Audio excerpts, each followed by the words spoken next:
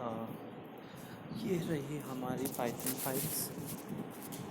तो इसमें मैंने कोड्स बना रखे हैं सारे।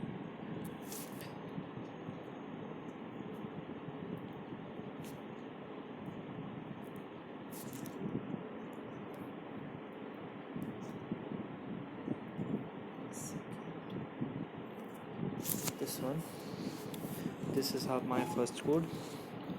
ठीक है, बाइनरी फाइल्स थोड़ी सी ज़्यादा टिपिकल होती हैं compare to text file and CSV file. तो बाइनरी फाइल्स को समझने का क्या जुगाड़ है? ठीक है, बाइनरी फाइल्स मैं कैसे याद रखता हूँ, मेरा एक ही स्टैंडर्ड प्रोग्राम है, बाइनरी सैलरी। मुझे ये पूरा प्रोग्राम लाइन बाय लाइन याद है।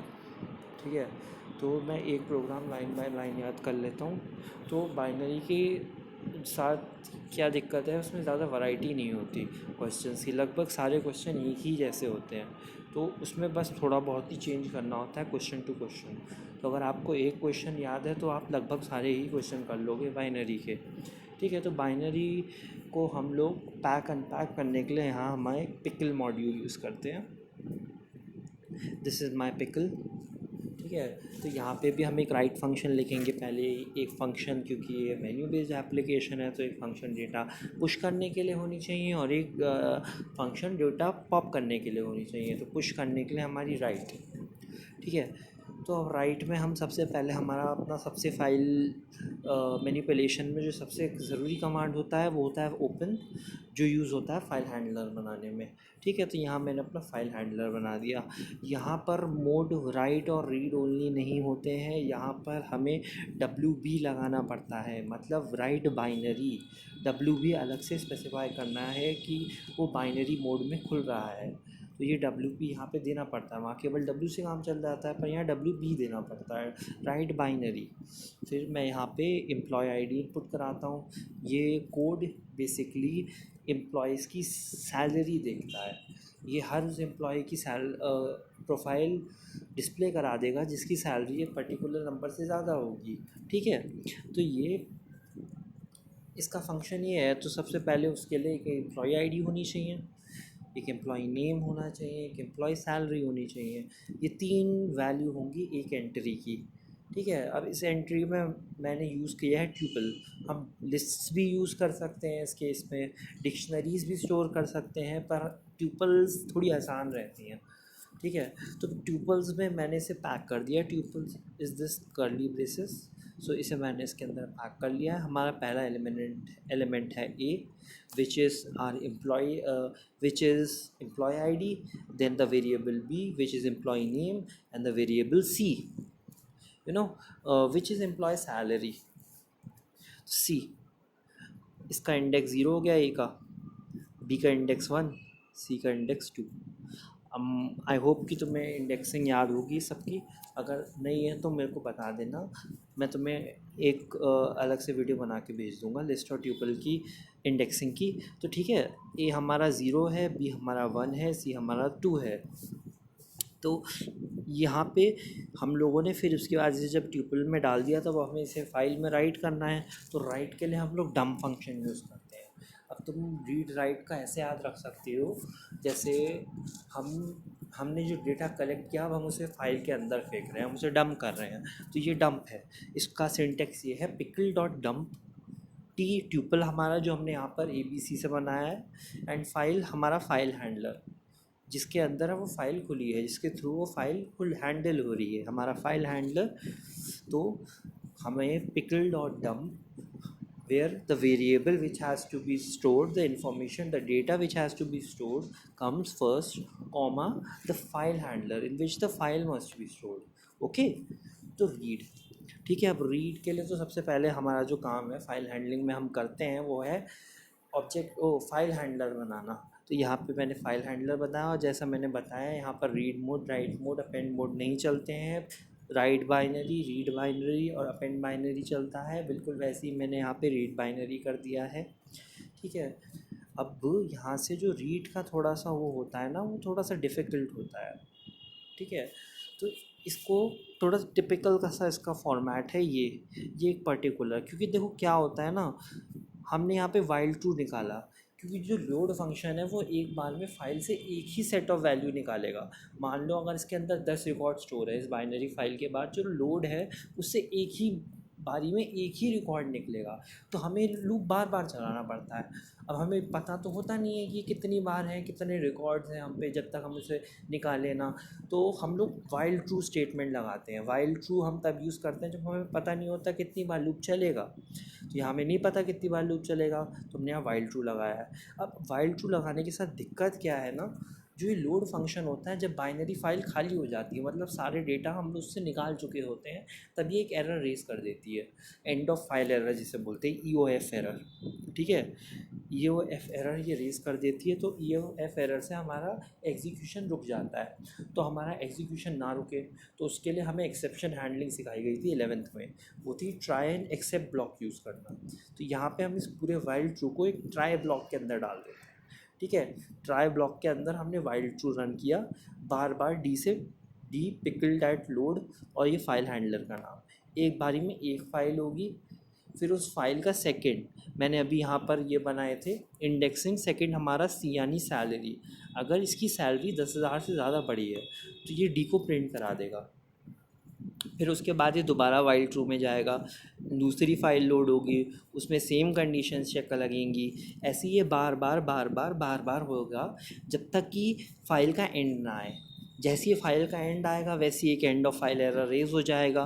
तो जैसे ही एंड ऑफ फाइल एरर आएगा, यहाँ पे मैंने एक्सेप्ट ब्लॉक लिख रखा है, एक्सेप्ट ई एरर। ये याद रखना, EOF कैपिटल होगा, RROR स्मॉल होगा, नहीं तो कंप्यूटर इसे पहचानेगा नहीं और एरर दे देगा। तो इसको EOFE and of file error कहते हैं। ठीक है, EOFE कैपिटल है, RROR स्मॉल है, याद रखना।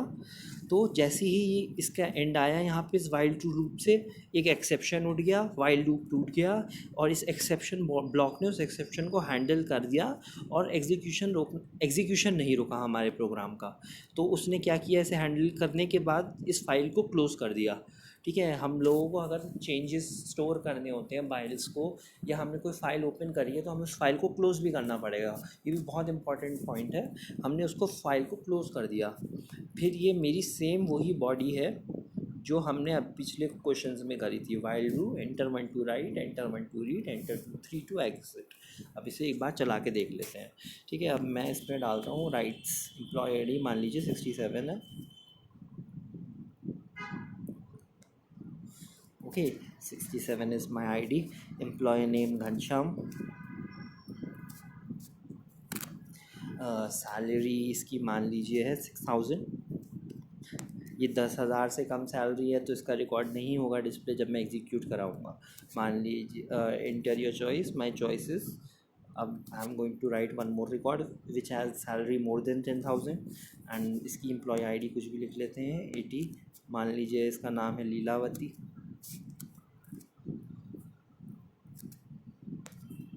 एंड इसकी सैलरी मान लीजिए है 11,000। ठीक है, अब मेरे को रीड ऑपरेशन कराना है अपना जिसकी salary is greater than 10,000, and Bingo. यहाँ पे दो रिकॉर्ड्स थे इसके अंदर, 67 घनश्याम 6,000 एंड 80 लीलावती 1100। अब मैंने यहाँ पे जो कंडीशन लगाई है, इस क्वेश्चन में जो कंडीशन है वो है सैलरी 10,000 से ज़्यादा होनी चाहिए। केवल एक ही कंडीशन, इसे एक ही रिकॉर्ड ऐसा था जो इसे सेटिस्फाई करता था, वो था 80 लीलावती 110। ये प्रिंट हो गया, बहुत आराम से प्रिंट हो गया। तो बाइनरी इज़ वेरी इजी। अगर तुम्हें एक क्वेश्चन याद है बाइनरी का अच्छी तरह, तो तुम बाइनरी के सारे क्वेश्चंस लगा दोगे। You need a pickle module to write, you need to use the dump function. Dump function we have का सिंटेक्स ये होता है पिकल डॉट डम्प। जो डेटा हमें इसके अंदर डंप करना है, कॉमा जिस फाइल में हमें वो डेटा डंप करना है। फिर रीड में हम लोग ट्राई ब्लॉक यूज़ करते हैं, ट्राई ब्लॉक के अंदर एक वाइल ट्रू यूज़ करते हैं, वाइल ट्रू के अंदर हम इसको बार बार लोड करते हैं, और फिर हर एक डेटा की वैल्यू चेक करते हैं, एक करके वैल्यू चेक करते हैं। अगर कोई वैल्यू सेटिस्फाई होती है तो उसे प्रिंट करा देते हैं।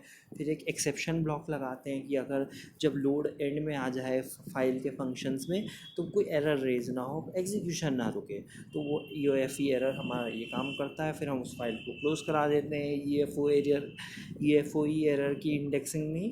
फिर हमारा नॉर्मल अपना बाइनरी आ जाता है। अब ये देखिए, जो मैं कह रहा था कि बहुत ही सिमेट्रिकल होते हैं, ये था सैलरी का। सेम प्रोग्राम मैंने बनाया है नेम के लिए, उन लोगों के जिनके नेम ए से स्टार्ट होते हैं, ठीक है। तो once again this is R B, इसका इंडेक्स 1 है, नेम का इंडेक्स 1 है, ठीक है। अब नेम मान लीजिए है ए डी है, आदि, ठीक है। तो अब ये स्ट्रिंग है, ठीक है। तो ये ट्यूपल है हमारी, तो हम लोग ए को, ए की इंडेक्सिंग क्या होगी इस ट्यूपल में, टी 1, ठीक है। 1 पे हमारा नेम है। अब जो ये T, 1 है, ये आदि है, ठीक है। अब हमें भी इस आदि का ए चाहिए, तो इस स्ट्रिंग की इंडेक्सिंग है 0, 1, 2। तो यहाँ पे हम इसे क्या लिख सकते हैं, 0, 1, 0, ठीक है। तो ये हमें first letter of the name दे देगा, ठीक है। First letter of the name यहाँ पे, क्योंकि ये प्रोग्राम, इसका यूज़ ये है कि ये first letter of the name starting with A, display records whose name starts with A use करता है। तो उसमें हमें फर्स्ट लेटर के लिए ये पर्टिकुलर चीज़ पता होनी चाहिए, ठीक है। तो या import pickle, right function same रहेंगे, डम पम्प। फिर रीड में मैंने वाइल ट्रू के अंदर पिकल लोड एकदम पहले जैसा, पर जो इफ़ क्लॉज है, केवल इस इफ़ स्टेटमेंट्स, मैं जो जो चीज़ें मार्क कर रहा हूँ केवल वही चेंज होती हैं इन क्वेश्चंस के अंदर। एक ये स्टेटमेंट्स चेंज हो जाती हैं, एम्प्लॉय की जगह स्टूडेंट आ जाएगा, स्टूडेंट की जगह कुछ आ जाएगा, ठीक है। ये यहाँ फाइल्स के नेम चेंज हो जाते हैं, और ये इफ़ की कंडीशन चेंज हो जाती है। बाकी पूरा सिंटेक्स बिल्कुल सेम रहता है, जो मैं ये अंडरलाइन कर रहा हूँ केवल वही चीज़ें चेंज होंगी क्वेश्चंस के बीच में। बाकी जितना कोड है बाकी का सब कुछ सेम रहेगा, उसमें कोई चेंज नहीं आएगा। तो इसलिए मैं कह रहा हूँ, अगर तुमने एक याद कर रखा है तो तुम्हारे लिए बाकी कोड बनाने बहुत ज़्यादा ईजी हो जाएंगे, ठीक है। तो अब ये यहाँ पर है, पूरा कोड देखो बिल्कुल सेम है, बस मैंने यहाँ इफ़ में आके जो मैंने तुम्हें बताया 1, 0 उसका फर्स्ट लेटर एक्सेस करने के लिए उसके नेम का ये मैंने यूज़ किया। अगर ये ए के बराबर है तो प्रिंट डी, बस सिंपल प्रिंट डी, एंड ये कोड पूरी तरह चेंज हो गया। अब मैं यहाँ पे अपने रिकॉर्ड्स डालता हूँ, ठीक है। एम्प्लॉय आईडी मान लीजिए